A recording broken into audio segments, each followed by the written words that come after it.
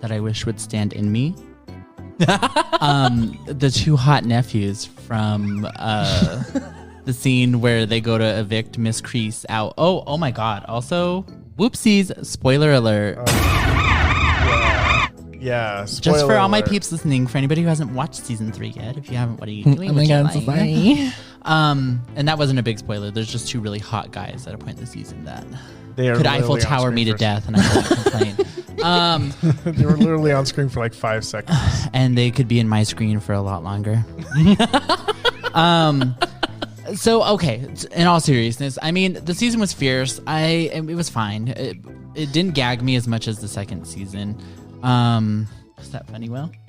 No, I just You like the idea of me being Eiffel Tower? Good for her.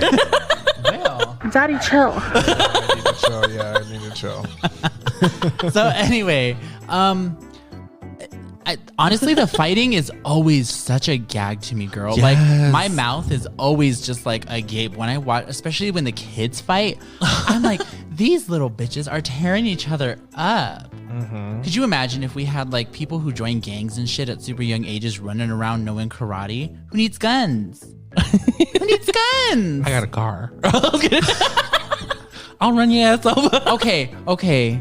They would learn some secret technique to literally stop your car, bitch. I hope you have insurance that covers karate damage because they're going to karate chop this shit in half. So parents better have some insurance on some lives that are about to be cut in half. Yeah, the fighting honestly is probably was my favorite part. I think there was some really cool like story, character development things that were like neat or cute or whatever. But for the most part, like the fighting turns me out every single time. I'm just like watching these little bitches beat each other up is just do it. It's like watching World Star. Like so like in real life. Yeah, this whole like season was a World Star back back in behind the scenes. There we go.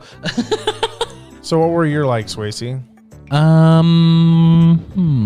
Thinking about it, I really like the fight, of course, like the fight scenes, but I loved it with Miguel's ex-girlfriend. What was her name? Tori.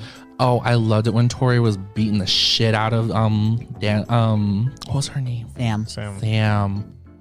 Honestly, I'm like, she's the only like when what you said earlier when we were watching that shit was like she's the only one that's not like succumb to her bullshit. She's like the only one that's like boom bitch. Like literally I was loving how she was just beating the shit out of her until like the last where I'm just like, girl, if you don't fight, quit running away. Yeah. Quit being a little bitch. Yeah. You from the streets too, girl. Oh. She was very just like, I'm gonna beat the fuck out of everybody in my path, and I loved her for it. Oh yeah. What about yours, Will? What was yours? So I like the trip to Japan. I like the Okinawa and the scene and stuff. I also like the reunion between the him and like his rival. I felt like it wasn't necessarily needed, but one of my favorite aspect of it, because I'm a fan of the series. So being a fan of the series, I just like seeing those little like nostalgic moments, like, oh, what happened to this character? What happened to that character? So there was that so it's one like scene. a giant like, where are they now? yeah. But there's this one scene where Daniel saved the girl in Karate Kid 2 like during the typhoon and whatnot, and she literally saves his ass. Yeah, literally. So yeah, and it was just like good things come back to, like, you know, like when you do good into the world, it comes back to you like bigger. I thought that was a great message, and I like that aspect of it. What were some of your dislikes, Brandon, of the season? Well, the whole season. No, just there was a lot of just more repetitive bullshit, and we all how much time do we got on No, Spotlight? literally, I'm like, can we take the rest of the episode for this? Okay, let's just cut it down. Let's just do it like one for each person, because like how much we hate this shit, we can literally. I mean, yeah, no, just like fairly generally, I think like my biggest complaint is just it's like the same. It's the same.